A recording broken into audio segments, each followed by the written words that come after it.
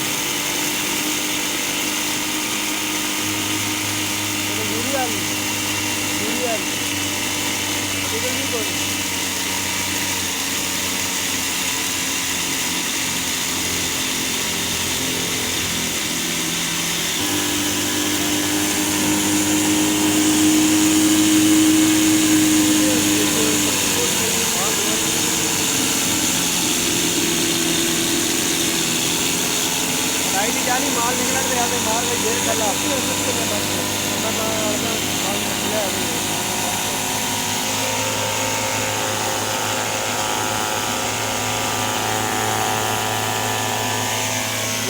तो बच्चा में पास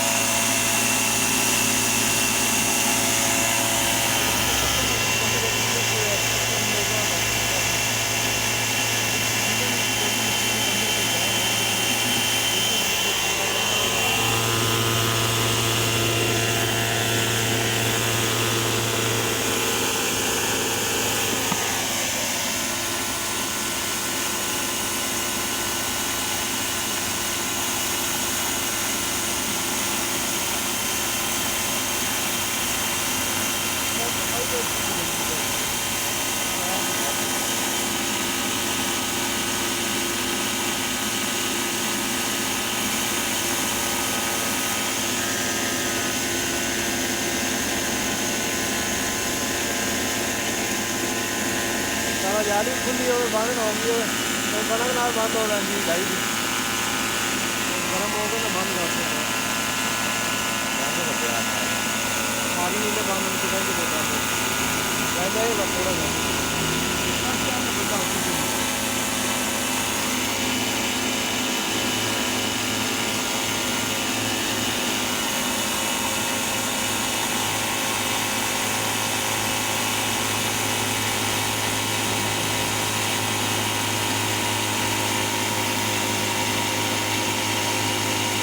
जाली में लगता है पहले पूरी चलती है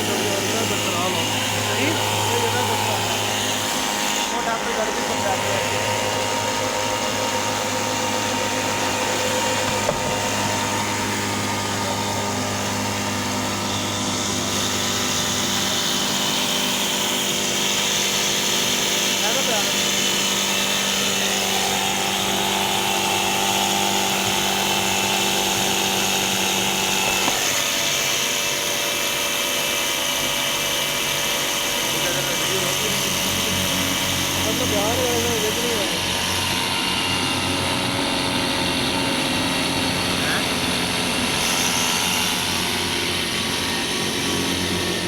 मैं वहाँ तो वही कर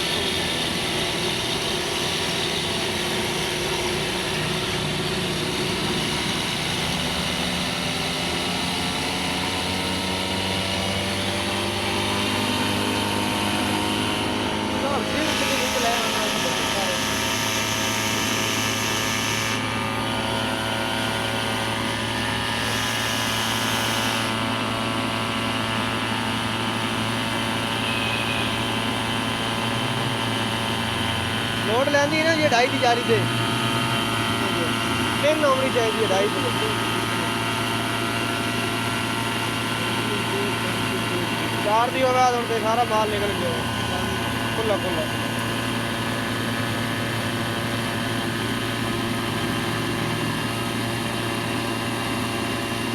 ਆਟਾ ਬਣਾਈ ਹਾਂ